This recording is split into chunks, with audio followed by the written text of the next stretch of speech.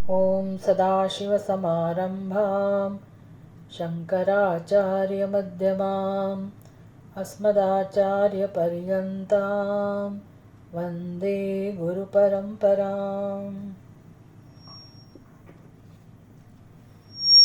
अनुभूति प्रकाशમાં 8મો અધ્યાય કૌશિતકી ઉપનિષદ, પહેલો વિભાગ 230મું પાનું.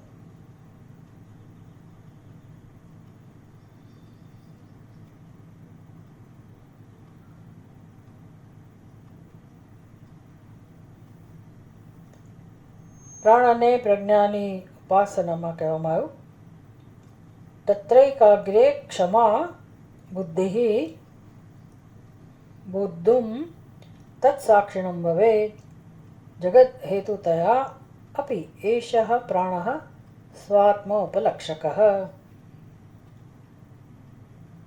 તો આ ઉપાસના કરવાથી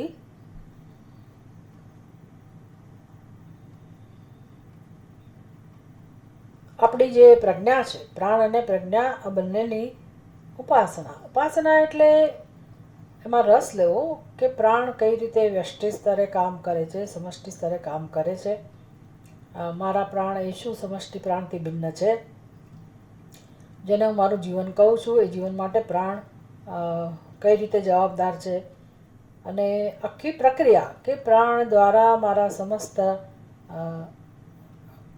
શરીરને એટલે કે સ્થૂળ અને સૂક્ષ્મ ઉપાધિને, સમગ્ર વ્યક્તિત્વને પ્રાણ દ્વારા કેવી રીતે માર્ગદર્શન, પોષણ, પ્રેરણા આ બધું પ્રાપ્ત થતું હોય છે.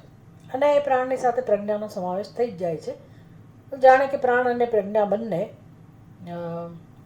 એક જ વૃક્ષની શાખા કેમ ના હોય એ રીતે જ્યારે આપણે એને સમજીએ છીએ અત્યંત નજીકથી, દ્વયોઃ મૃતૌ જીવને ચ સ્વભાવા તદેકતા, ભાઈ આખી જિંદગી જીવન અને મૃત્યુ સુધી આ બંને સાથે જ હોય છે. એટલે તદ ઉત્થાપકત્વાદ ઉક્તમ તદિતિ એકાગ્રાય ચિંતય, તે કહેવામાં આવ્યું કે તમે આ પ્રકારે ચિંતન કરશો તો તમને એકાગ્રતા પ્રાપ્ત થશે. હવે તત્ર એકાગ્રે સતી, જ્યારે આપણે વ્યક્તિત્વમાં એકાગ્રતા આવે, એકાગ્રતા એટલે હવે મનની ચંચળતાનો અભાવ હોય, મન હવે સ્થિર થયું હોય કંઈક અંશે, બુદ્ધિને સ્પષ્ટતા મળી હોય, બુદ્ધિમાં સ્પષ્ટતા જન્મી હોય, જેમ ભગવાન ગીતામાં કહે છે કે વ્યવસાયાત્મિકા બુદ્ધિ એકા ઇહ કુરુ નંદન, એ કુરુ નંદન ઇહ, આ ક્ષેત્રમાં એટલે કે મોક્ષના માર્ગમાં સૌથી મહત્ત્વની વસ્તુ હોય છે એ વ્યવસાયાત્મિકા બુદ્ધિ, એટલે બુદ્ધિમાં સ્પષ્ટતા હોવી. વ્યવહાર માટેની સ્પષ્ટતા એક વસ્તુ છે, વ્યવહાર કુશળતા એક વસ્તુ છે, અને આપણી બુદ્ધિમાં ધ્યેયની સ્પષ્ટતા હોવી. એટલે આપણું જીવન શેના માટે છે, દરેક જીવને ખરેખર શું પ્રાપ્ત કરવું છે, મનુષ્યના જન્મનું પ્રયોજન એકમાત્ર છે મોક્ષ મેળવવો. એટલે મોક્ષ મેળવવો અર્થાત પોતાના સાચા સ્વરૂપને જાણવું અને એ દ્વારા દુઃખમાંથી હંમેશ માટે મુક્ત થવું. આવી જ્યારે બુદ્ધિની સ્પષ્ટતા હોય અને મન એની સાથે જ્યારે જોડાય, બુદ્ધિ અને મન બંને ભેગા થઈને જ્યારે આ ધ્યેયની પ્રાપ્તિ માટે લાગેલા હોય, પોતાનું જીવન જીવતા હોય, એનું નામ છે વ્યવસાયાત્મક બુદ્ધિ. અહીંયા એને કહેવામાં બહુ એકાગ્રતા. તો આ પ્રકારે જ્યારે એકાગ્રતા પ્રાપ્ત થાય છે ત્યારે બુદ્ધિ બોદ્ધુમ તત્સાક્ષિણમ ભવેત, તો આ પ્રકારની બુદ્ધિ એટલે કે જેમાં મન અને બુદ્ધિ બંને છે, જેમાં નિશ્ચય છે, સ્પષ્ટતા છે, તો આવી બુદ્ધિ પ્રજ્ઞા એ એનામાં એક કેપેસિટી પ્રાપ્ત થાય છે, એની અંદર એક સામર્થ્ય, જેના માટે અહીંયા શબ્દ વપરાવામાં આવ્યો ક્ષમા. તો ક્ષમા આપવી એ ક્ષમા જુદી છે. અહીંયા ક્ષમા એટલે સામર્થ્યતા, બુદ્ધિની સામર્થ્યતા. શેના માટેની સામર્થ્યતા? પોતાના સત્ય સ્વરૂપને જાણવાની. આ પ્રકારની એકાગ્રતા પ્રાપ્ત થવાથી બુદ્ધિ પ્રજ્ઞા પોતાનું જે અધિષ્ઠાન છે એટલે યો નિહિતમ ગુહાયામ, ઉપનિષદ આવો શબ્દ વાપરે છે કે જે દરેકની બુદ્ધિમાં છુપાયેલો જાણે કે છે તે પરમાત્મા, જે અહીંયા સાક્ષી છે આપણા માટે, સાક્ષી એને કહેવું પડે, આપણા દૃષ્ટિબિંદુથી. બાકી એમાં કોઈ કશાનો સાક્ષી પણ નથી ખરેખર તો, કારણ કે એનાથી ભિન્ન છે જ નહીં કશું, તો કોનો સાક્ષી હોય. પણ એ બધું જ્યારે સમજાય ત્યારે, ત્યાં સુધી આપણે આપણા મન બુદ્ધિને તૈયાર કરીએ કે ભાઈ એનું અધિષ્ઠાન, એની પાછળ કોણ રહેલું છે. એ જે પ્રત્યેગાત્મા છે એને સાક્ષી કહેવામાં આવ્યો.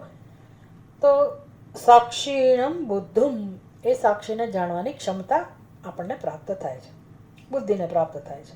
શેનાથી? ઉપાસનાથી, એકાગ્રતાથી. અને એ પ્રાણ ખરેખર એ જગતનું પણ કારણ છે. એટલે જગતનું કારણ હોય, મારું કારણ હોય જ, કારણ કે આપણે જગતનો જે અંશ છીએ.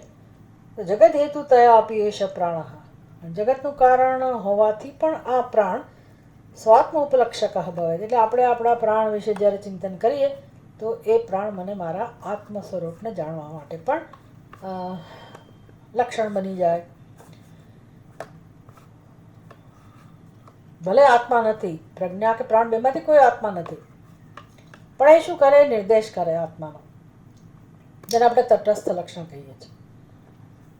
એટલે ભાઈ પેલી સોસાયટીમાં તમે જાઓ, પછી ત્યાં આ પ્રકારનું જે મંદિર છે ખૂણામાં, એની બાજુમાં મારું મકાન છે, અથવા તો આ મકાનની બાજુમાં મંદિર છે. તો મંદિરને જાણવું, ક્યાં એનું લોકેશન પકડવું, તમે આજુબાજુનું એડ્રેસ આપો. જેમ આપણે ઓનલાઈન કશુંક મંગાવતા હોય તો પૂછે, તમારું એડ્રેસ પૂછે, પછી પૂછે કે ભાઈ નજીકનું કંઈ હોય તો માઇલસ્ટોન, જેને આપણે કહીએ નજીકનું કંઈક બતાવો તમે કે શું છે.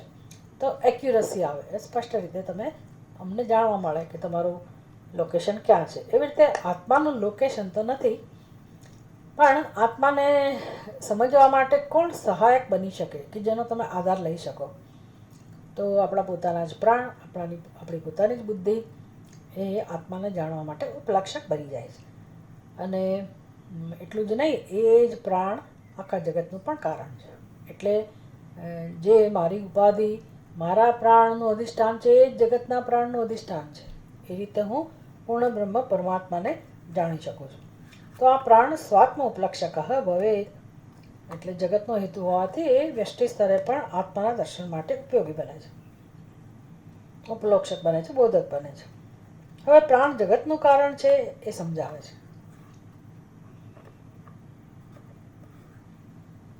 એકાદશેન્દ્રિયાણ્યેષાં વિષયાશ્ચ જગત ખલુ, વિષયાશ્ચ જગત ખલુ સુપ્તૌ સર્વે સુપ્તૌ સર્વં જગલ્લીનં પ્રાણોપાધિક આત્મની.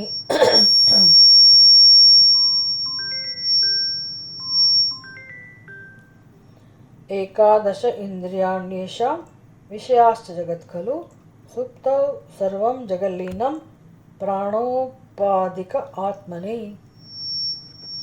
પ્રાણોપાધિક આત્મની.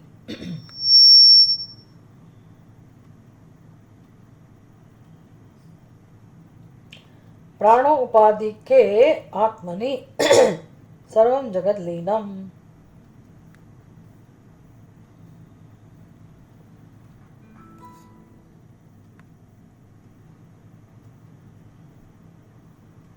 प्राणो उपाधिक आत्मनि.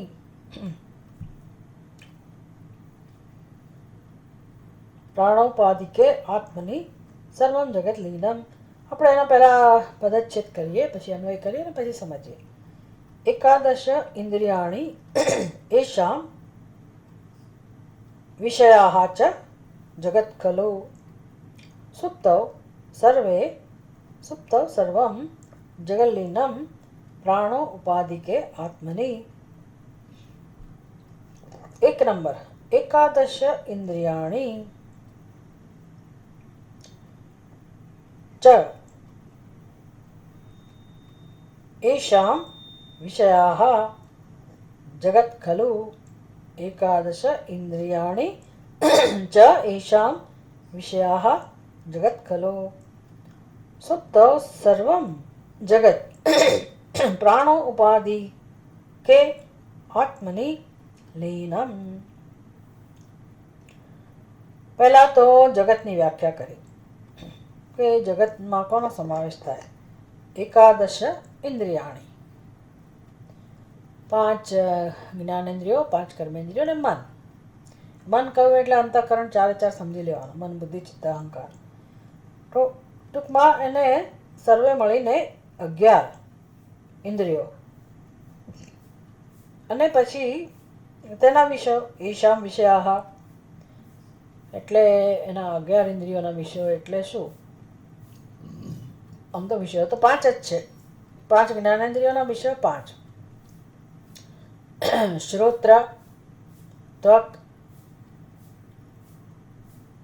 પછી રૂપ, રસ અને ગંધ. શબ્દ, સ્પર્શ, રૂપ, રસ, ગંધ, 5 વિષયો.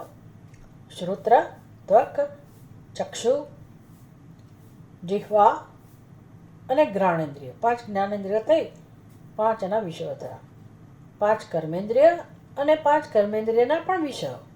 એટલે હાથનું કામ હોય ગ્રહણ કરવું, પગનું કામ હોય ચલન કરવું વગેરે. 5 કર્મેન્દ્રિય પોતે જે કાર્ય કરે છે એના વિષયો થાય, એની પ્રવૃત્તિ થઈ.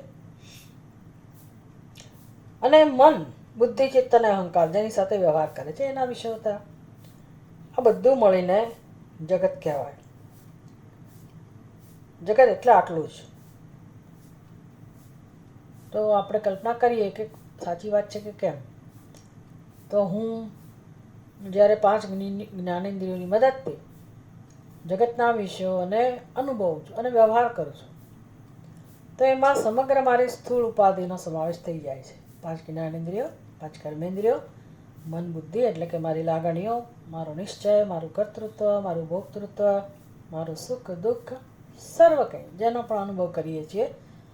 કર્મ ફળ ભોગવતી વખતે, કર્મ કરતી વખતે જેનો અનુભવ કરીએ છીએ, અને જેના દ્વારા કર્મ થાય છે, જેના દ્વારા બધી પ્રવૃત્તિઓ થાય છે, જેને માટે થાય છે. એટલે કરણ તો જ્ઞાનેન્દ્રિય પોતે કરણ છે, બરાબર છે. પણ પછી મારી ઈચ્છાની પૂર્તિ માટે વિષયોનો ઉપભોગ કરું છું, તો વિષયો સાધન બન્યા. એટલે એ વિષયો અને મેળવવાની પ્રવૃત્તિ, એના દ્વારા અનુભવાતો સુખ કે દુઃખ, આમ સમસ્તનો સમાવેશ થઈ જાય છે. શેમાં? જગતની અંદર. તો જગત એટલે ખરેખર આટલું જ છે. આ કંઈ જે સર્વ જગત છે, જેને આપણે આપણું જીવન કહીએ છીએ, જેને જાગ્રત અવસ્થામાં સારી રીતે આપણે સમજીએ છીએ, જેને આધારે જેને આપણે આપણું સત્ય સમજીએ છીએ, પારમાર્થિક સત્ય સમજીએ છીએ. સ્વપ્નમાં આવું જ જગત છે, પણ એને આપણે સત્યતા નથી આપતા. એટલે એ જગતની વ્યાખ્યાની અંદર આમ તો આવી જ ગયું, પણ ખરેખર જાગ્રતમાં જે અનુભવ કરીએ છીએ એ સમજી શકાય એવું છે કે ભાઈ એ સત્ય છે, સ્વપ્નનું જગત છે, કલ્પના છે. માટે તો આવું સમસ્ત જગત સ્થૂળ સૂક્ષ્મ સાથે આ બધી વસ્તુઓ કહે છે કે સુપ્તો ઊંઘી જઈએ ત્યારે સુષુપ્તિ અવસ્થામાં સર્વમ જગત, સમસ્ત જગત શું થઈ જાય છે? લીન થઈ જાય છે. લીન થઈ જાય છે એટલે ક્યાં લીન થાય છે? તો પ્રાણોપાધિકે આત્મની, પ્રાણ જે ઉપાધિ છે એમાં સમસ્ત જગત લીન થઈ જાય છે. પ્રાણોપાધિકે, પ્રાણને ઉપાધિ કહેવામાં આવી. પ્રાણ કે આપણું સ્વરૂપ નથી, પણ પ્રાણ નામની ઉપાધિમાં એ જગત લય પામે છે. પ્રાણ પણ જગતનો જ ભાગ છે, ખરેખર આધાર આપનાર છે જગતને. જગતમાં જે અસ્તિત્વ છે એનો અનુભવ કરાવનાર છે, જગતને ધબકતું રાખનાર પ્રાણ છે.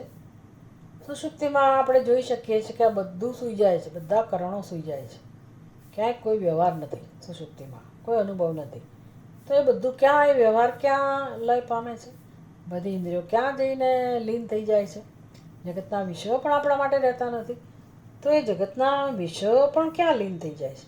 હવે આપણે એવું માનીએ છીએ કે ભાઈ હું સૂઈ ગયો, કે હું સૂઈ ગયો, તો ઠીક છે, મારી ઇન્દ્રિયો લય પામી, પણ જગત ક્યાં લય પામે છે? જગત ક્યાં લય પામે છે? ભાઈ વેદાંત શાસ્ત્રમાં આ જ શીખવાનું છે કે મારી ઇન્દ્રિયો લય પામે છે એટલે ખરેખર શું ઇન્દ્રિયો નથી રહેતી? ઇન્દ્રિયો પણ જગત જ છે, સ્થૂળ શરીરનો જ ભાગ છે. તો શું સ્થૂળ શરીરનું અસ્તિત્વ નથી રહેતું સુષુપ્તિમાં? ભાઈ રહે જ છે, બધું જ રહે છે. સ્થૂળ શરીર પણ રહે છે, જગતના વિષયો પણ રહે છે, સમસ્ત જગત રહે છે, અને છતાંય નથી. તો નથી એટલે ક્યાં નથી? મારી કલ્પનામાં નથી. પણ મારી કલ્પના એટલે શું? મારી કલ્પનામાં મારી બુદ્ધિ, મારું અંતઃકરણ, મારું સૂક્ષ્મ શરીર, એ તો બધું આવી જ ગયું. તો એવી રીતે એનો લય નથી થતો, કોઈનો લય નથી થતો. હા, એક કલ્પનામાં લય થઈ જાય છે. કલ્પનામાં લય થાય છે એ પણ બરાબર નથી. કલ્પનાનો જ લય થઈ જાય છે સુષુપ્તિમાં. આ જ્યારે સમજાય ત્યારે આપણે ખરેખર વસ્તુને સમજ્યા કહેવાઈએ. અત્યારે જાગ્રતમાં આ બધું આપણને અનુભવાય છે, તો એનો આધાર કોણ છે? જાનામી ઇતિ તમેવ ભાંતમ અનુભાતિ એતત સમસ્તમ જગત. એટલે પહેલી કલ્પના મારી બુદ્ધિમાં જ્યાં સુધી એવી ન થાય કે હું જાગી કે હું જાગ્યો, ત્યાં સુધી મને જગતનો અનુભવ નથી થવાનો. એટલે આ શરીરનો અનુભવ ના થાય. પહેલી કલ્પના મારી જાગે ત્યારે કઈ હોય છે? કલ્પના કો બુદ્ધિમાં જે કે નિર્ણય જન્મે છે, જે ખરેખર કલ્પના છે, જે સત્ય નથી. એ નિર્ણય જ્યાં સુધી મને બુદ્ધિમાં નથી અનુભવાતો ત્યાં સુધી આ શરીરનો ભાન નથી. એટલે જાગતાની સાથે જ સૌથી પહેલો અનુભવ મને હુંનો થાય છે. કયા હુંનો થાય છે? પેલો સ્વયંપ્રકાશ હુંનો અનુભવ નથી થતો, એ તો હતો જ, પણ આ શરીર હું છું એવો અનુભવ થાય છે. જે મારો નિશ્ચય છે, મારી કલ્પના છે, સર્વ કોઈની કલ્પના છે, સર્વ કોઈની સમજ છે પોતાના વિશેની, હું વિશેની. એટલે એ હું વિશેનો નિર્ણય જ્યાં સુધી બુદ્ધિમાં ઉત્પન્ન નથી થતો ત્યાં સુધી મને જગતનું ભાન હોતું નથી. એટલે આ જગતનું ભાન જે થાય છે એ કોના દ્વારા થાય છે? કેવી રીતે થાય છે? નાના છિદ્રઘટો દરસ્થિત મહાદીપ પ્રવાભાસ્વરમ જ્ઞાનમ યસ્ય તુ ચક્ષુરાદિકરણ દ્વારા બહિસ્પંદતે. તો એ સચ્ચિદાનંદ સ્વરૂપ આત્મા છે, એનું જે જ્ઞાન છે બધા કરણો દ્વારા, ઉપાધિ દ્વારા જગતમાં પ્રવર્તે છે. જ્ઞાનેન્દ્રિયો દ્વારા એ બહાર જાય છે અને બહારના વિષયનો સંપર્ક કરે છે, અને એ જ વૃત્તિ મારી પાસે પાછી આવે છે અને તે વિષયનું જ્ઞાન મને થાય છે. એટલે જગત, સમગ્ર દૃશ્ય જગત જેનો અનુભવ થાય છે, એનો પાયો કોણ છે? કોના પર આશ્રિત છે? દ્રષ્ટા ઉપર. એટલે મારે પહેલાં દ્રષ્ટા બનવું પડે. દ્રષ્ટા બનવા માટે મારે આ સ્થૂળ શરીરને હું કહેવું પડે, એના સાથે તાદાત્મ્ય સાધવું પડે, અને આમ મને જગતનો અનુભવ થાય છે, અથવા તો જગતની સાથે આપણે જાણે કે જોડાઈએ છીએ, જગતના વિષયનું જ્ઞાન થાય છે. આવું છે. એટલે ઊંઘી જઈએ છીએ ત્યારે આ નિર્ણય નથી, એ નિર્ણયનો લય થઈ ગયો. હું આ દેહ છું, એ નિર્ણયનો લય થઈ ગયો. તો પછી જગત સાથેનું કનેક્શન, જોડાણ કપાઈ ગયું. એટલે હવે જગત છે તો કયું જગત છે? સુષુપ્તિમાં કોઈ પૂછે, કોઈ એવું કલ્પના કરી શકે કે કયું જગત, કયો હું? કશી કલ્પના નથી. એટલે અત્યારે જે જગતનો અનુભવ છે એનો આધાર કલ્પના છે, તો સમજાઈ જ જવું જોઈએ. એટલે કલ્પનાને આધારે મને જગતનો અનુભવ થાય છે, જીવન જગત. એટલે કેવળ મારી બુદ્ધિમાં ઉત્પન્ન થતો નિર્ણય છે, તો પછી સત્ય શું હશે? સત્ય શું હશે ભાઈ? એટલે આ સત્ય સમજવા માટે પછી ઉપનિષદ જાત જાતના જવાબ આપે છે કે જુઓ, પરમાત્માએ કેવી રીતે જગત સર્જ્યું, 5 મહાભૂત સર્જાયા, આમ થયું તેમ થયું. પણ એ જગત આપણને જે અત્યારે ભેદવાળું જણાય છે એવું જગત ઉત્પન્ન નથી થયું. એમાં ભેદ ઉત્પન્ન થવા માટે આપણો હું વિશેનો નિર્ણય જવાબદાર બને છે. એટલે બસ પછી જે ભેદવાળું જગત જણાય છે આપણું સર્જન છે, અને એ પણ કલ્પનામાંથી જ જન્મેલું છે. પણ એ કલ્પનામાંથી આપણું જગત જન્મ્યું હોય કે પરમાત્માનું જગત જન્મ્યું હોય, જીવ સૃષ્ટિ જન્મી હોય કે ઈશ્વર સૃષ્ટિ જન્મી હોય, બધાનો આધાર કલ્પના જ છે. એ તો નક્કી થઈ જવું જોઈએ. મહત્ત્વની વસ્તુ છે કલ્પનાનું અધિષ્ઠાન કોણ છે. કલ્પના આમ નામ ના થાય. ચેતનતા હોય, જ્ઞાન હોય, ત્યાં જ કલ્પના થાય. તો એ કલ્પનાનું અધિષ્ઠાન કોણ છે? અસ્થિ ભાતિ પ્રિય સ્વરૂપ ચૈતન્ય, સચ્ચિદાનંદ સ્વરૂપ આત્મા, જ્ઞાન સ્વરૂપ બ્રહ્મ, સત્યમ જ્ઞાનમ અનંતમ બ્રહ્મ. એ સમસ્ત જગતનું અધિષ્ઠાન છે. પણ એ તો સમજ જાય ત્યારે, અત્યારે તો પ્રાણને સમજવાની વાત છે, પ્રાણની ઉપાસના ચાલી રહી છે. એટલે સુષુપ્તિમાં શું થાય છે? આપણું જીવન તો છે જ, આપણે કંઈ મરી નથી જતા, અને પાછું અજ્ઞાન જતું એ નથી રહેતું. એ જ અજ્ઞાન સાથે જીવન આપણે જીવાય છે, કારણ કે જાગીએ છીએ જ અજ્ઞાન સાથે. એટલે જે પણ અત્યારે આપણી સમજ છે જગતની, એ જગત ક્યાં લીન થઈ જાય છે? તો કે સુષુપ્તિમાં જે જાગતું હોય એમાં. તો તમે એવું ના કહી શકો કે સુષુપ્તિમાં આત્મા જાગે છે. ભાઈ આત્મા તો ક્યારે ઊંઘતો જ નથી, અત્યારે જાગે છે. તો જગત છે ત્યારે એ આત્મા તો જાગે જ છે. તો જગતનો લય આત્મામાં થયો એ કંઈ સમજી ના શકાય. તો કેમ સમજવું સુષુપ્તિનો લય? સુષુપ્તિમાં જગતનો લય ક્યાં થાય છે? તો નિરીક્ષણ કરવું પડે કે ભાઈ આપણી ઉપાધિમાં કઈ વસ્તુ એવી છે જે કામ કરી રહી છે, જેનો લય નથી થયો? તો કે છે એક જ પ્રાણ. સુષુપ્તિમાં બધાના પ્રાણ ચાલે છે.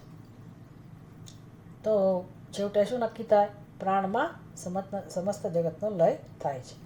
પ્રાણો ઉપાધિ કે આત્મની જગત લીનમ. સમસ્ત જગત લીન પામે છે, લય થઈ જાય છે પ્રાણની અંદર. ક્યારે? સુષુપ્તિ અવસ્થામાં. ઇન્દ્રિયાણી એવ આગળ સમજાવે છે લયનું. લય કેવી રીતે થાય છે? લય આપણે જોતા નથી, કેવી રીતે થાય છે એ સમજાવે છે. ઇન્દ્રિયાણ્યેવ લીયન્તે વિષયાનેતિ ચેન્ન તત પ્રાતીતિકસ્ય જગતઃ ભાનાભાવો લયો મતઃ. ઇન્દ્રિયાણી એવ લીયન્તે વિષયા ન ઇતિ ચેત ન તત પ્રાતીતિકસ્ય જગતઃ ભાન અભાવઃ લયઃ મતઃ. લયઃ મતઃ આપણે અન્વય જોઈએ તો અન્વય લગભગ છે જ. ઇન્દ્રિયાણી એવ લીયન્તે વિષયાઃ ન ઇતિ ચેત ન તત ન પ્રાતીતિકસ્ય જગતઃ ભાન અભાવઃ લયઃ મતઃ. આમાં અન્વય છે જ આ શ્લોકની અંદર. શું કહે છે? ઇન્દ્રિયાણી એવ લીયન્તે. હવે દલીલ કરે છે કે આ લય તમે કહો છો કે સમસ્ત જગતનો લય થઈ જાય છે એવું કહો છો, તો તમારે એવું ના કહેવાય. તમારે શું કહેવું જોઈએ? ઇન્દ્રિયાણી એવ લીયન્તે. ખાલી ઇન્દ્રિયોનો લય થાય છે. હું જોતી નથી એટલે મારી આંખનો લય થઈ ગયો. સુષુપ્તિમાં હું સાંભળતી નથી તો મારા કર્ણેન્દ્રિયનો લય થઈ ગયો. આમ મને કોઈ વિષયનો અનુભવ નથી થતો, કારણ કે વિષયોનો અનુભવ કરાવનાર ઇન્દ્રિયો જે છે એનો લય થઈ ગયો. તો કે છે ઇન્દ્રિયોનો લય થઈ જાય છે, એની વાત સાચી, પણ વિષયો તો છે જ ને. જગત તો આમનામ જ છે ને, તો વિષયોનું અસ્તિત્વ તો રહ્યું જ ને. તો વિષયોનો લય નથી થતો, આવું કેમ ના કહો? તો જવાબ આપો તત ના, કે ભાઈ આવું નથી. કેમ? તો કે પ્રાતીતિકસ્ય જગતઃ ભાનઃ અભાવઃ લયઃ મતઃ. ભાઈ લય કોને કહેવાય? લય કોને કહેવાય? તો કે જેનો તમને અનુભવ થાય છે. પ્રાતીતિક. પ્રાતીતિકસ્ય જગતઃ. જગત જેની પ્રતીતિ થાય છે અને જે આભાસ માત્ર જેનો સ્વભાવ છે, એ જગતના પ્રકાશકના અભાવને લય કહો છે. જગતને કોણ પ્રકાશિત કરે છે? એ પ્રકાશક જે છે, અથવા જગતના પ્રકાશક નહીં પણ પ્રકાશનના અભાવને. અહીંયા લય એટલે શું સમજવાનું? તો કે જગતનું ભાન થતું નથી. જેનું ભાન ના થાય એને લય કહેવાય. તો હવે લયની વ્યાખ્યા બદલાઈ ગઈ. આપણને એમ કે લય એટલે વસ્તુનું અસ્તિત્વ જ ના રહે, એને જ આપણે લય કહીએ. તો કે ના, લયની વ્યાખ્યા શું છે? તમને એના અસ્તિત્વ, એનું જે ભાન થાય છે એ ભાન ન થવું એનામ જ લય. એટલે સુષુપ્તિમાં તમને ઇન્દ્રિયોનું ભાન નથી અને વિષયોનું પણ ભાન નથી. બસ, તો એ ઇન્દ્રિયો અને જગતના વિષયો બંનેના અસ્તિત્વનું ભાન નથી, એનામ એનું લય. આ ખરેખર લયની વ્યાખ્યા છે. એટલે પ્રકાશનનો અભાવ.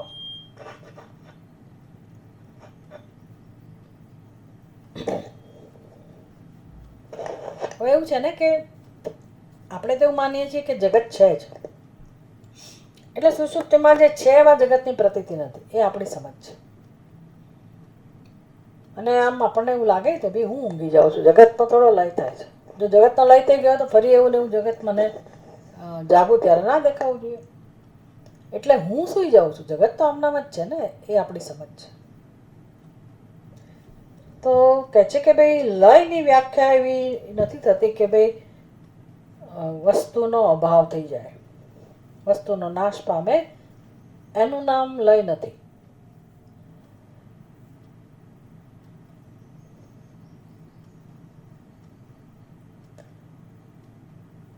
લય નાશને રમણ મહર્ષિ સમજાવે છે. આ લય અને નાશ એ બંનેમાંથી ખરેખર મહર્ષિ કહે છે કે શું ઈચ્છનીય છે? મનનો લય અને મનનો નાશ. તો એનો અર્થ એ થયો કે લય થવો એટલે નાશ થવો એવું નથી.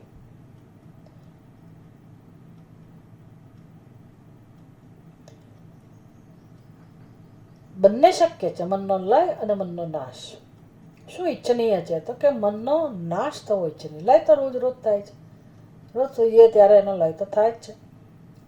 આપણે લયને નાશ સમજીએ છીએ. એટલે અહીંયા કહું કે ભાઈ લય એટલે શું? તો કે જેનું ભાન થતું હોય ભાન ના થાય એમનામ લય. તો મને ઇન્દ્રિયોનું ભાન તો નથી જ થતું, પણ ઇન્દ્રિયો દ્વારા પ્રકાશિત જગતનું ભાન એ નથી જ થતું. તો જગતનું ભાસવાપણું નથી એનું નામ પણ લય, ઇન્દ્રિયોનું ભાસવાપણું નથી એનું નામ પણ લય. એવું નહીં સમજવાનું કે બધાનો નાશ થઈ ગયો, લય એટલે નાશ થઈ ગયો, એવું નહીં. મને કશાનું ભાન નથી એનું નામ લય. એટલે કહે છે પ્રાતિતકસ્ય જગત ભાન અભાવ લય. ભાન અભાવ એનું જણાવવું, જગતનું જણાવવું, જગતનો અનુભવ થવો, એ અનુભવ થતો નથી, એનું નામ લય છે. આગળ કહે છે પ્રાતિતિકત્વમ વેદાંત સિદ્ધાંત જગત સ્ફુટમ. પ્રાતિતિકત્વમ વેદાંત સિદ્ધાંતે જગત સ્ફુટમ. અત સુપ્તો જગલ્લીનમ પ્રબોધે જાયતે પુનઃ.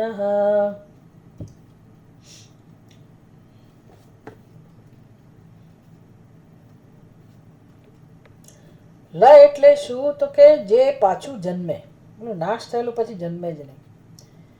એટલે કહે છે કે પ્રાતિતિકત્વમ વેદાંત સિદ્ધાંતે જગત સ્ફુટમ અતઃ સુપ્તો જગલ્લીનમ પ્રબોધે જાયતે પુનઃ.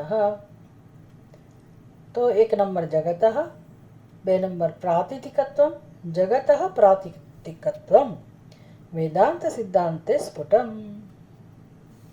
अतः जगत सुप्तौ लीनं पुनः प्रबोधे जायते. એટલે વેદાંત સિદ્ધાંત સમજી લો તો પછી ખરેખર સત્ય સમજવાની મજા આવે. વેદાંતનો સિદ્ધાંત એટલે વેદાંત કંઈ નક્કી નથી કરતું, કોઈ તત્વ વિશેનો નિર્ણય વેદાંત નથી નક્કી કરતું. વેદાંત તત્વ જેવું છે એવું સમજાવે છે, સત્ય જેવું છે એવું સમજાવનાર વસ્તુ છે, અને એ ઉપાય છે અને વેદાંત સિદ્ધાંત કહો. વેદાંત સિદ્ધાંતે જગત પ્રાતિતિકત્વમ વેદાંત સિદ્ધાંતે સ્ફુટમ. જગત કેવું છે? તો કે એ તો વેદાંત જ સમજાવે છે કે જગતનું સ્વરૂપ કેવું છે. જગત પ્રાતિતિકત્વમ, જગત કેવું છે? પ્રાતિતિક, પ્રાતિભાષિક સત્તા.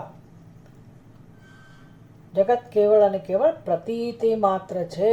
એ વેદાંતના સિદ્ધાંતમાં આ વસ્તુ સ્પષ્ટ રીતે સમજાય છે.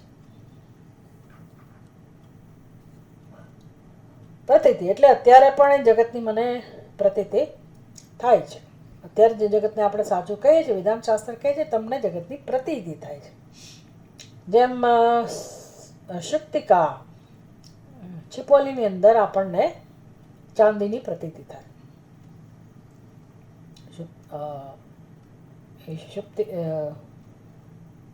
શુક્તિ જે છે, શુક્તિકા છીપોલી, એની અંદર કંઈક એવું છે કે જેથી સૂર્યના પ્રકાશમાં એ વસ્તુ ઝગમગ ઝગમગ થાય છે, પ્રકાશિત થાય છે. કોના જેવું લાગે છે? છીપોલી, ચાંદી જેવું. એટલે છીપોલીનું ચાંદીના રૂપે જણાવવું. તો જે માણસને ખબર ના હોય તો બિચારો ચાંદી જ સમજવાનો છે. બસ એવી રીતે આ જગત આપણને છે તો પ્રતીતિ, પણ સાચું હોય એવું જણાય છે.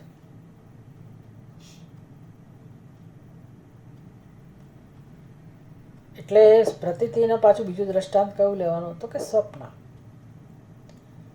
દરેક મનુષ્ય સૂઈ જાય અને જે સ્વપ્નનો અનુભવ થાય છે, સ્વપ્નનું જગત, તો એ જગત કેવું છે તો કે માત્ર આભાસ, પ્રતીતિ, ખાલી જણાય છે. જણાય છે એટલે હવે એ તો ક્યારે જણાય છે? સુષુપ્તિમાં જ જણાય છે. તો જાગે ત્યારે તો એ જગત રહેતું નથી. તો એ શું હતું? સ્વપ્નમાં તો એ જગત સત્ય જણાતું હતું. તો જાગ્યા પછી એ જગતનું શું થયું કે લય થઈ ગયો. કેમ તો કે જણાતું હતું ત્યારે આભાસ જ હતો. તો આ જો બરાબર સમજાય તો વર્તમાન જગત વિશે આપણે આગળ વધી શકીએ કે કદાચ આ વર્તમાન જગત પણ એવું હોય તો સ્વપ્ન જેવું છે. જો સ્વપ્ન જેવું હોય તો એનો લય થવો જોઈએ. થાય જ છે કે છે સુષુપ્તિમાં આ જાગૃત જગત છે એનો લય થઈ જ જાય છે. શું શું તમને અનુભવાય છે? જગતની કઈ વસ્તુ અનુભવાય છે?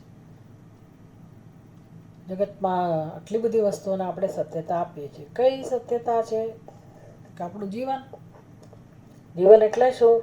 હું કરતા, હું ભોગતા, હું જાગ્યો ત્યાંથી હું થાક્યો, હું સૂઈ ગયો અને મેં આટલા ભોગવ્યા, આટલા કામ કર્યા, આટલું આમ થયું, આટલું તેમ થયું, મને આટલો અનુભવ થયો, મેં આટલું જ્ઞાન પ્રાપ્ત કર્યું. ખબર નહીં શું કરીએ છીએ આખો દિવસ. વિચારીએ તો સમજાય કે દિવસ આખો શેમાં જતો રહે છે. કેટલું સરસ માણસો કામ કરતા હોય છે, કેટલો સરસ વિકાસ કરતા હોય છે, બહુ સરસ છે, એમાં કોઈ પ્રશ્ન જ નથી. પણ છેવટે આપણે સૂઈ જઈએ તો આ જગત રહેતું નથી. તો રહેતું નથી એટલે એમાં કંઈક તો એવું હશે જ કે એ લય પામે છે. લય પામવાનો ગુણ હશે જ અંદર. એ લય પામે એવું એનું સ્વરૂપ જ હશે. જેમ સ્વપ્ન જાગ્યા પછી લય પામ્યું એટલે જતું રહ્યું. પણ જોતી વખતે સાચું જણાતું હતું. તો એવું જાગ્રત તો ના હોઈ શકે. વેદાંત આવું જ શીખવાય. તમે વિચાર કરો, રોજ તમને અનુભવ થાય છે કે આ જગત જતું રહે છે. આખા દિવસનું આપણું આટલું સરસ બધું કર્યું કાર્યું આપણે બધું આરામથી છોડી દઈએ છીએ. આરામથી, કોઈ ક્લેશ વગર, કોઈ ખેદ વગર, કોઈ ચિંતા વગર આરામથી આપણે આમ જાણે ભગવાનને કહીએ છીએ કે હવે તું ઊંઘાડી દે એટલે લય માટે તૈયાર થઈ જઈએ છે. વિચારો, જાગ્રતમાં જે અહંકાર લડાઈ ઝઘડા કરતો હોય છે, પોતાની મહત્તા સ્થાપિત કરવા માટે બધું કાવા દાવા કરતો હોય, અથવા ધન કમાવા માટે કેટલો અથાગ પ્રયાસ કરતો હોય, સંબંધો સાચવવા માટે આપણી મહેનત કરતા હોઈએ, કેવું આપણે આખો દિવસ કેટલું કામ કરીએ છીએ. બધાનો લય સુષુપ્તિમાં કરવા આપણે તૈયાર થઈ જઈએ છીએ અને લય થઈ પણ જાય છે. તો હવે સ્વપ્નનો લય જાગ્રત અવસ્થામાં તો વેદાંત શાસ્ત્ર કહે છે જાગ્રત અવસ્થાનો લય પણ ક્યાંક થાય છે. તો અનુભવની વાત છે. લય નથી થતો એવું આપણે કહી ના શકીએ કારણ કે અનુભવાતું જ નથી જગત. તો એ જગતનો સ્વભાવ કેવો નક્કી થયો, એમાં પછી હું દ્રષ્ટા હો કે દ્રશ્ય, આ બધી વસ્તુઓ એ જે જગત છે જે અત્યારે દ્રષ્ટા દ્રશ્યના રૂપે જણાય છે, જે વાસ્તવમાં આભાસ માત્ર છે. હવે આપણી ભૂલ ક્યાં છે? એ જગતને આપણે સત્ય કહીએ છીએ. જો આ લક્ષણ સમજાય છે જગતનું કે આ જગત તો લય પામે છે, ભાઈ રોજ રોજ લય પામે છે, તો એને સત્યતા કેવી રીતે આપી શકાય? જે લય પામે સત્ય ના હોય. એટલે ભાસે છે. જેમ પેલી છિપોલીમાં ચાંદી ભાસે છે એમાં જગત ભાસી રહ્યું છે. હવે ક્યાં ભાસે છે, કોણ આધાર છે, એ આધારનું ચિંતન આપણે કરી રહ્યા છીએ. ભાસતું હોય વસ્તુ, આભાસ હોય ત્યાં અધિષ્ઠાન હોય જ. તો છિપોલી હોય તો જ ચાંદી ત્યાં જણાય, દોરડું હોય તો જ ત્યાં સર્પ દેખાય. એમ અત્યારે જીવ જગત રૂપી જગત જે આપણે અનુભવીએ છીએ કોઈક તો અધિષ્ઠાન હોય જ. બસ એના વિશે ચિંતન કરવાની જરૂર છે. પણ લય પહેલા સમજી લો. એવું કહું કે ભાઈ જગત એવું છે કે લય પામે છે સુષુપ્તિની અંદર. અતઃ સુપ્તો જગત લીનમ. સુષુપ્તિમાં જગત લય પામે છે અને લય પામેલી વસ્તુ પાછી ઉત્પન્ન થાય છે.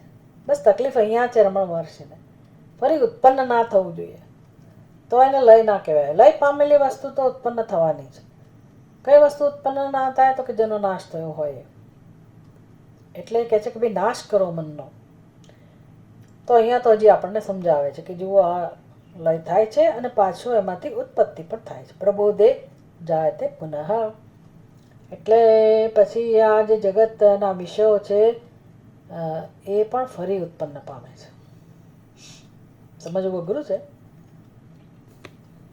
આપણને કે બધું આમનામ જ છે, પણ જગતમાં આમનામ ભલે બધું હોય તો લય સમજવાનો છે તો બંને રીતે સમજવો જોઈએ. એવું ના હોય કે ઇન્દ્રિયો લય પામે છે અને વિષયો રહે છે. ભાઈ આ શરીર લય પામે છે એવું નથી કહેતા ને. ઇન્દ્રિયો લય પામે છે એટલે ખરેખર આ શરીરમાં ઇન્દ્રિયો ગોઠવાયેલી છે. તો શરીર તો છે જ, વિષયો પણ છે. શરીર એટલે જ વિષય. તો બધા વિષયો તો આમ નામ જ છે. લય ક્યાં થયો? તો કે ના, તમને ભાન નથી થતું ને એને જ લય કહેવાય. પ્રતીતિ નથી થતી ને એની, એટલે એ વિષયોની અંદર કોઈ એવી તાકાત નથી કે મને પોતાની સત્યતાનું ભાન કરાવે. મારી અંદર એવી તાકાત જરૂર ભગવાને મૂકી છે કે હું વિષયોને સત્યતા આપી શકું, વિષયોને જોઈ શકું, અનુભવી શકું. એ બધું આપણી અંદર છે સામર્થ્ય. પણ વિષયોમાં આવું કંઈ સામર્થ્ય નથી કે એ મને પ્રકાશી શકે. એટલે વિષયો કોના પર આશ્રિત છે? ચેતન ઉપર, દ્રષ્ટા ઉપર. બસ એનો લય થઈ જાય છે એટલે પતી ગયો. એ પછી ઇન્દ્રિયો હોય કે વિષયો બધાનો જેનો લય થયો, જે જણાતા બંધ થયા એનું નામ એનો લય. એટલે લય બધાનો સમજવાનો છે એવું કહે છે. વેદાંત શાસ્ત્રમાં આ સ્પષ્ટ છે. પ્રાણ પ્રતીતિરપ્યસ્ય સુક્તૌ નાસ્તિ ઇતિ ચેત તદા પ્રાણોક્તિરન્ય દ્રષ્ટ્યૈવ પ્રાણેનાત્મોપલક્ષ્યતે. પ્રાણ પ્રતીતિઃ અપि અસ્ય સુપ્તો નાસ્તિ ઇતિ ચેત તદા પ્રાણોક્તિઃ અન્ય દૃષ્ટ્યા એવ પ્રાણેન આત્મા ઉપલક્ષ્યતે. હવે આ બધી વસ્તુઓનો ઉપસંહાર થાય છે કે બધું લય ક્યાં પામે છે. તો અસ્ય સુપ્તૌ, અસ્ય સુપ્તૌ એટલે જીવ જ્યારે સૂઈ જાય છે ત્યારે અસ્ય સુપ્તૌ પ્રાણ પ્રતીતિ હિ અપી ન અસ્તિ ઇતિ ચેત. તો હવે તમારે જ્યારે લયની વાત કરવી જ છે તો બધાનો લય થઈ જાય છે એવું કેમ નથી કહેતા? ખાલી ઇન્દ્રિયોનો વિષયોનો જ લય થાય છે એવું નહીં, પણ આ પ્રાણની પ્રતીતિ છે ને એનો પણ લય થઈ જવો જોઈએ. તો કહે છે કે પ્રાણોક્તિ અન્ય દૃષ્ટ્યા એવ પ્રાણેન આત્મા ઉપલક્ષ્યતે. હવે આપણને સમજ પડે. તો પ્રાણોક્તિ, આ સુતેલો જે મનુષ્ય છે એની ખરેખર સૂઈ જાય છે તો એના માટે તો પ્રાણનો લય થઈ ગયો છે. આપણને ક્યાં ખબર છે કે મારા પ્રાણ ચાલે છે કે નહીં? બધાનો લય થઈ ગયો છે. મને હું દ્રષ્ટા છું, શ્રોતા છું, મનતા છું, કોઈ ખ્યાલ નથી. શબ્દ સ્પર્શ રૂપ રસ ગંધ, ઠંડી ગરમી કશાનું ભાન નથી. ગમે તેવી ગરમી હોય પણ એકવાર ઊંઘી ગયા એટલે ભયંકર ગરમી થતી હતી એ ભાન નથી રહેતું, કે ભયંકર ઠંડીનો અનુભવ કરતા હતા એ ભાન પણ નથી. અંદર જાઓ, સુખ દુઃખ, કેટલો વિષાદ અથવા કેટલો આનંદ હર્ષ એનું ભાન નથી. વિચાર કરો કે આપણે ક્યાં જતા રહેતા હોઈશું, કઈ સ્થિતિ હશે. જે સ્થિતિ હોય તે પણ આટલું તો સમજવાનું જ છે, સમજી શકાય એવું જ છે કે મારું સમસ્ત જીવન જે જાગ્રત અવસ્થામાં જેનો સત્યતા આપું છું સમસ્ત અનુભવો એનો લય થાય છે. પછી મારો શ્વાસોશ્વાસ ચાલે છે કે નહીં એનું ભાન નથી. એટલે પ્રાણનો લય તો થઈ જ જાય છે, પણ પ્રાણનો લય નથી થતો. એક છે કઈ દ્રષ્ટિથી કહેવામાં આવ્યું છે? અન્ય દૃષ્ટિયા એવા. એ બીજા લોકોને ખબર છે કે આ જીવે છે એટલે એમને પ્રાણની પ્રતીતિ થાય છે અને એમને તો આ સ્થૂળ ઉપાધિની પ્રતીતિ થાય છે, એટલે અન્ય દૃષ્ટિયા. તો પછી પ્રાણ શબ્દ શું કામ વાપરો છો? કારણ કે આપણને તો આગળ એવું શીખવાડ્યું ને કે ભાઈ સુપ્તો 62મા શ્લોકમાં કહ્યું સર્વમ જગત લીનમ પ્રાણોપાધિ કે આત્મની, એવું કહું પ્રાણમાં લય પામે છે એવું કહું. એટલે આપણે વિચારીએ કે વાત તો સાચી છે ભાઈ, આપણે દેખાતું નથી, સંભળાતું નથી, એ બધું બંધ થઈ ગયું અને ઇન્દ્રિયો કામ નથી કરતી, પણ પ્રાણ તો કામ કરી જ રહ્યા છે ને ભાઈ. એ તો બીજા લોકો જાણી શકે છે કે આના પ્રાણ કામ કરે છે, આપણા માટે તો કંઈ પ્રાણનું અસ્તિત્વ પણ નથી. તો પછી પ્રાણે લીયતે એવું કેમ કહું? સમસ્ત જગત સુપ્તમ સુપ્તૌ સર્વમ જગત લીનમ પ્રાણે, આવું કેમ કહું? તો કે પ્રાણોપાધિક આત્મની ખરેખર એ આત્માનું લક્ષ્ય બનાવ્યું છે, ઉપલક્ષ્ય તે પ્રાણેના આત્મા ઉપલક્ષિત. પ્રાણ કહીને તમને પ્રાણનું અધિષ્ઠાન આત્મા છે એનો નિર્દેશ કરે છે. એટલે આપણને તો પ્રાણનું ભાન નથી, તો પછી પ્રાણે ક્યાં લીન થઈ ગયા? તો કે જેને ભાન થતું હતું એનામાં, બીજે ક્યાં જાય? જેને પ્રાણનું ભાન થાય છે, અત્યારે આપણને પ્રાણનું ભાન થાય છે ને, તો કોને? પ્રાણને પ્રાણનું ભાન થાય છે? ના, મને પ્રાણનું ભાન થાય છે. એટલે બધું ભાન કોને થાય છે? ઉપદ્રષ્ટાનુમંતા ચ કર્તા ભોક્તા મહેશ્વર, એ મહેશ્વર સાક્ષી ચેતા કેવલો નિર્ગુણશ્ચ, આવું જે જ્ઞાન સ્વરૂપ છે, આપણું આત્મ સ્વરૂપ છે, એમાં સમસ્ત જગત લીન પામે છે. આવું એમનું કહેવાનું તાત્પર્ય છે. પ્રાણને માત્ર એનું ઉપલક્ષક કહેવામાં આવે. પ્રાણેના આત્મા ઉપલક્ષ. પ્રાણ દ્વારા તમારે શું સમજવાનું? તો કે આત્મા ચૈતન્ય, આત્મામાં એનો લય થાય છે.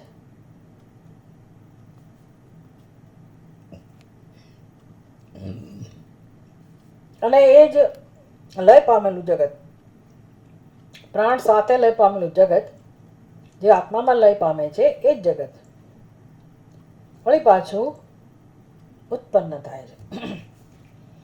પ્રબોધે સ્વાત્મનો ક્ષાણી જાયન્તે મુસ્ફિલંગવત, તેભ્યો અભિમાની દેવા સ્યુઃ દેવેભ્યો વિષયા ઇમે.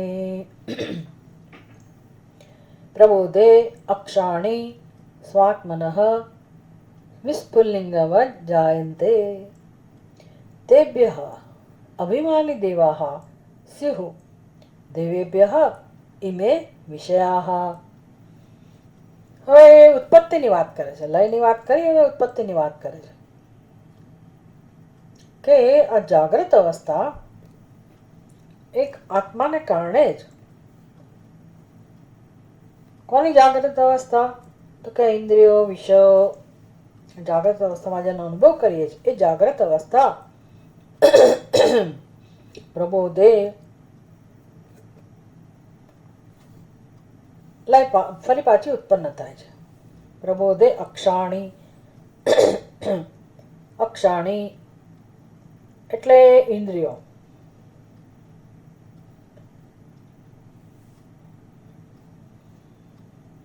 ઉત્પન્ન થાય છે.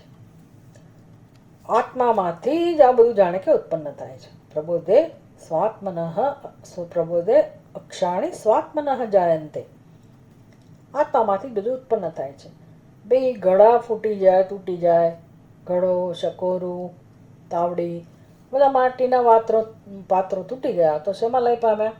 માટીમાં. પછી માટીમાંથી જે સર્જાય પાછા, જ્યાં લય પામે ત્યાંથી જ સર્જાય, એનું કારણ. તો આપણી ઇન્દ્રિયો વગેરે વિષયો, આખું સમસ્ત જગત લીન શેમાં થયું? તો આત્મામાં. તો પછી ઉત્પન્ન થાય તો પણ શેમાંથી થાય? આત્મામાંથી જ થાય. તેભ્યઃ અભિમાની દેવાઃ, એટલે કેવી રીતે જાયન્તે? અક્ષાણી જાયન્તે. પહેલાં તો કહે છે કેવી રીતે ઉત્પન્ન થાય છે. વિસ્ફુલિંગવત, વિસ્ફુલિંગવત, વિસ્ફુલિંગવત એટલે શું? તણખા જેમ અગ્નિમાંથી ઉત્પન્ન થાય તે રીતે. એટલે હોળીમાં આપણે જોઈએ છીએ કે જ્યારે હોળી પ્રગટાવીએ તો એક અગ્નિ પ્રગટ થાય. અગ્નિમાંથી ચારે બાજુ પછી કરચો ઉડે, જેને આપણે તણખા કહીએ છીએ. પવન આવે અને એમાં જે ઈંધણ મૂક્યું હતું એમાંથી જે કરચો ટુકડાઓ હતા એ છૂટા પડીને સળગતા દેખાય તો એનું નામ તણખો. પણ એ તણખા રૂપે જે દેખાય છે કોણ છે? તો કે અગ્નિ. એ ક્યાંથી જન્મ્યો? એ આટલો જ અગ્નિ છે? તણખા રૂપનો રૂપ એવડો જ અગ્નિ છે? તો કે ના, એનું સ્વરૂપ તો એક જ છે. અગ્નિ એક જ છે ભાઈ ત્યાં, પણ અનેક તણખા દેખાય છે ને. તો કે એ દેખાવાથી કંઈ એવું નક્કી નથી થતું કે અગ્નિ તણખા રૂપે જન્મ્યો. તણખા રૂપે દેખાય છે. પ્રતીતિ. અગ્નિ, એક જ અગ્નિ અનેક નાના મોટા નામરૂપવાળો દેખાય છે, તણખાવાળો દેખાય છે. એ બહુ આપણે સ્પષ્ટ સમજી શકીએ એમ છીએ. અગ્નિના આપણે નાના મોટા તણખા જોઈએ છે, પણ એ તણખા શેમાંથી જન્મ્યા? જન્મ્યા એટલે શું? તો કે જાણે કે જન્મ્યા, ખરેખર જન્મ્યા નથી. તણખાનો જન્મ ક્યાં થયો છે? ભાઈ અગ્નિ જ આ તણખા રૂપે ભાસી રહ્યો છે. આ ભાસી રહ્યો શબ્દ બહુ મહત્વનો છે. એને કહેવાય પ્રતીતિ. તમે એમ માનો કે આ તણખા જુદા જ છે અગ્નિ કરતા, તો પછી અજ્ઞાન છે. એટલે તમારે પછી પહેલેથી બેસવું પડે એના જન્મ પહેલાં કે ક્યાંથી આવ્યા તણખા? તો કે એક જ અગ્નિમાંથી. એક જ અગ્નિમાંથી તણખા આવ્યા એટલે શું? અગ્નિમાંથી છૂટા પડી, અગ્નિમાંથી બીજો અગ્નિ છૂટો પડ્યો અને ઝીણા ઝીણા અગ્નિ તણખાના રૂપમાં દેખાય છે? એવું નથી. એક જ અગ્નિ તણખા રૂપે ભાસે છે, બસ. એ જ્યારે ભાસે છે ત્યારે મુખ્ય અગ્નિથી જુદો છે જ નહીં. કે તણખાને કારણે જુદો દેખાય છે એટલે શું? એ કરચોમાં અગ્નિ છે? કરચોમાં અગ્નિ નથી. એટલે કરચો પોતે એક ઉપાધિ કહેવાય. કોને પ્રગટ થવા માટેની? અગ્નિને. અગ્નિને અસ્તિત્વ આપે છે ઉપાધિ તણખાના રૂપમાં. પણ એનાથી કંઈ અગ્નિ તણખો બની જતો નથી, અગ્નિ અનેક બની જતો નથી, અગ્નિ વિભાજિત થતો નથી, અગ્નિની ઉત્પત્તિ થતી નથી. પણ વિસ્ફુલ્લિંગવત જાયંતે. વિસ્ફુલ્લિંગ જાણે કે તણખા પ્રગટ્યા, તણખાનો જન્મ થયો. એવી જ રીતે આ ચૈતન્યની વાત છે ને, મારી તમારી વાત છે કે સમસ્ત બ્રહ્માંડમાં જ્યાં પણ જીવ નામની વસ્તુ છે એ ખરેખર તો એક જ પરમાત્મા ભાસી રહ્યો છે અનેક જીવોના રૂપમાં. એ ખરેખર જન્મ્યો નથી. પણ આપણે માની બેઠા છે કે ના ના મારો જન્મ થયો છે અને હું જીવું છું અને હું મરી જઈશ ને. એ આપણી જે પોતાની કથા છે, તો એ જે જડતા કહો, મૂળતા કહો, એને કેમ દૂર કરવી? એટલે કહે છે કે આ તમે વિચાર કરો કે તમારી ઇન્દ્રિયો, જેને તમે હું કહો છો, અને જગતના વિષયો, જેને તમે જગત કહો છો, જેની સાથે વ્યવહાર કરો છો, જેને સત્યતા આપો છો, કરતા ભોગતા સમજો છો, અને તમારા જન્મને સત્યતા આપો છો, મૃત્યુને સત્યતા આપો છો. પણ આમાંનું એ બધું તો કેવું છે? પ્રતીતિ. પ્રતીતિ. મુખ્ય વસ્તુ શું સમજવાની? તો કે હું જીવ છું એ પ્રતીતિ છે. એટલે આવા રૂપમાં ચૈતન્ય ભાસી રહ્યું છે. પછી જળના રૂપમાં પણ એ છે, ચેતનના રૂપમાં પણ એ ચૈતન્ય જ ભાસી રહ્યું છે. પણ વચ્ચેની કથા કેમ સમજવી? કે ભાઈ મારું જ્ઞાન, મારો વ્યવહાર, મારા અનુભવો, તો કે ઊંઘી જાઓ છો તો ક્યાં જાય છે બધું? ક્યાં જતું રહે છે? કશાનું મહત્વ નથી. આપણે જ મહત્વ નથી આપતા. અને લય કરવા કેટલા ઉત્સુક હોય છે કે ક્યારે ઊંઘી જઈએ, ક્યારે ઊંઘી જઈએ. એટલે વિચાર કર્તવ્ય. જાગ્રત અવસ્થામાં વિચારો થઈ શકે માટે કરો વિચાર, સમજો, જાણો કે આ શું છે, આ જગત ખરેખર શું છે. તો કે જગતનો અનુભવ કરાવનાર ઇન્દ્રિયો શું છે, એનો વ્યવહાર કેવી રીતનો છે, એનો વ્યવહાર કોના કારણે ચાલે છે, અને અધિષ્ઠાન કોણ છે. તો પછી એ બધું આભાસ બની જાય છે, પ્રતીતિ છે. અને એનો લય થાય છે, રોજ લય થાય છે. ક્યાં થાય છે? તો એ પોતાના સ્વરૂપમાં. આત્મા પૂર્ણ બ્રહ્મ પરમાત્મા જે અત્યારે જીવના રૂપમાં અનુભવાય છે આપણને. ઊંઘી જઈએ ત્યારે જીવત્વનો લય થઈ ગયો અને બચ્યું કોણ? સચ્ચિદાનંદ સ્વરૂપ આત્મા, પૂર્ણ બ્રહ્મ. આ બહુ મજાની વાત છે.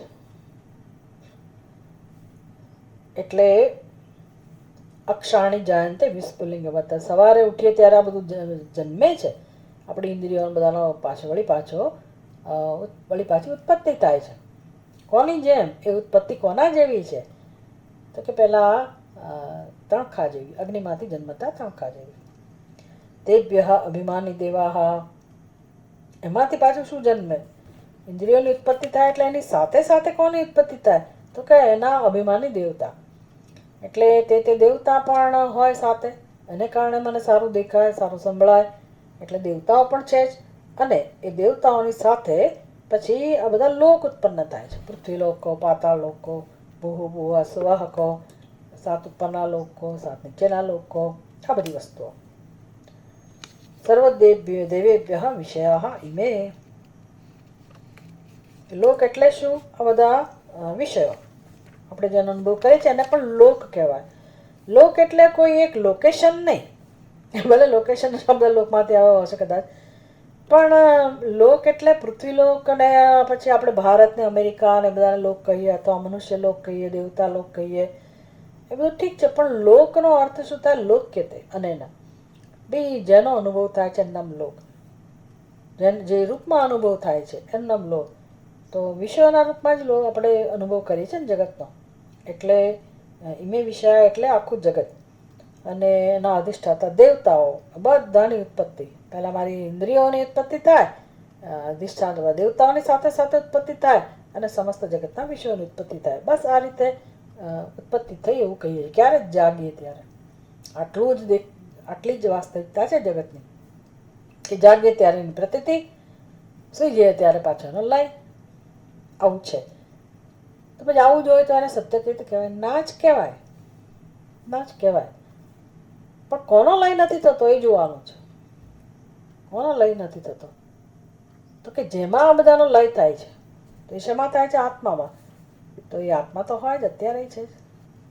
તો કોણ સત્ય હોય? આત્મા જ સત્ય હોય. તો કોને શું કહેવાય? આત્માને જ શું કહેવાય? એટલે ઉપાધિ જે ઇન્દ્રિયો અને વિષયનો અનુભવ કરે છે, ઉપાધિ તો આવા સ્વભાવવાળી છે, પ્રતીતિ માત્ર છે, એ સત્ય નથી. આનું આપણે આગળ આવતીકાલે ચલાવીશું. ઓમ પૂર્ણમદ પૂર્ણમિદમ પૂર્ણાત પૂર્ણમુદચ્યતે પૂર્ણસ્ય પૂર્ણમાદાય પૂર્ણમેવાવશિષ્યતે. ઓમ શાંતિ શાંતિ શાંતિ. હરિ ઓમ. શ્રી ગુરુભ્યો નમઃ. હરિ ઓમ.